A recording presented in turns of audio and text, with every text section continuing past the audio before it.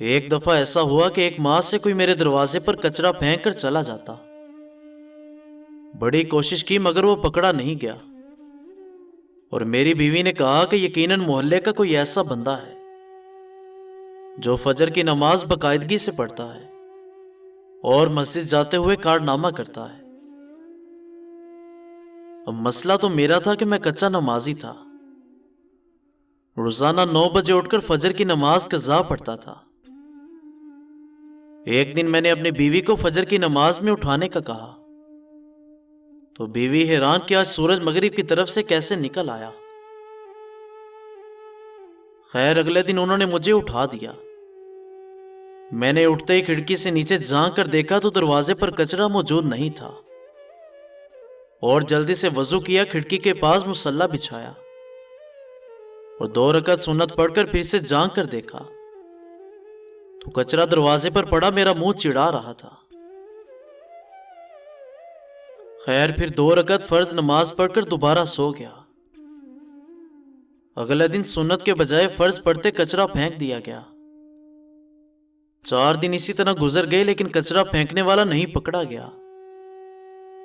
5ویں دن بیوی کہنے لگی کہ اب آپ فجر کی نماز پڑھنے لگے ہیں تو مسجد میں بعض جماعت نماز پڑھ لیا کریں۔ بات دل کو لگی اور 5ویں دن سنت گھر میں پڑھ کر جماعت سے 15 منٹ پہلے دروازے پر کرسی لگا کر بیٹھ گیا اور محلے کے نمازی لوگوں کو دیکھنے لگا کہ کس نمازی کے ہاتھ میں کچرے کا شاپر ہے، لیکن افسوس کے سارے خالی ہاتھ آتے دکھائی دیے۔ نماز پڑھ کر آیا تو دروازے پر کچرا موجود نہیں تھا۔ 1 ہفتے مسلسل پابندی سے بعد جماعت نماز پڑھنے کے بعد میں نے بیگم سے کہا، بیگم اب کچرا پھینکنے والا شاید ڈر گیا ہے، جب ہی کچرا نہیں پھینک رہا، اب آپ مجھے فجر کے وقت نہیں اٹھانا۔ بیوی کچھ نہیں بولی۔ اگلے دن بیگم نے مجھے نہیں اٹھایا، البتہ خود ہی میری آنکھ کھل گئی۔ کھڑکی سے جھانک کر دیکھا تو کچرا دروازے پر موجود تھا۔ ٹائم دیکھا تو فجر کا وقت تو باقی تھا لیکن جماعت نکل چکی تھی۔ اب اگلے دن پھر وہی معمول تھا۔ 2 ہفتے مسلسل فجر کی نماز پڑھتا رہا اور دروازہ صاف ستھرا ملتا رہا۔ 2 ہفتے بعد اب میری جماعت سے فجر کی نماز پڑھنے کی عادت ہو چکی تھی۔ رات کے کھانے میں اس کچرا پھینکنے والے کا ذکر آ گیا۔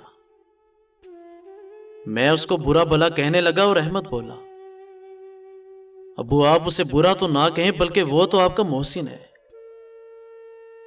جس کی وجہ سے آپ فجر کی نماز بعد جماعت پابندی سے پڑھنے لگے ہیں۔ احمد کی بات سن کر میرے دماغ کو جھٹکا سا لگا اور سب کو غور سے دیکھنے لگا۔ مجھے یوں دیکھ کر سب ہنسنے لگے۔ احمد کہنے لگا، ابو وہ آپ کے محسن اور کوئی نہیں بلکہ امی ہے، آپ امی کا شکریہ ادا کیجئے۔ میں نے بیگم کو دیکھا تو کہنے لگی، جب گھی سیدھی انگلی سے نہ نکلے تو ٹیڑھی انگلی سے نکالنا پڑتا ہے۔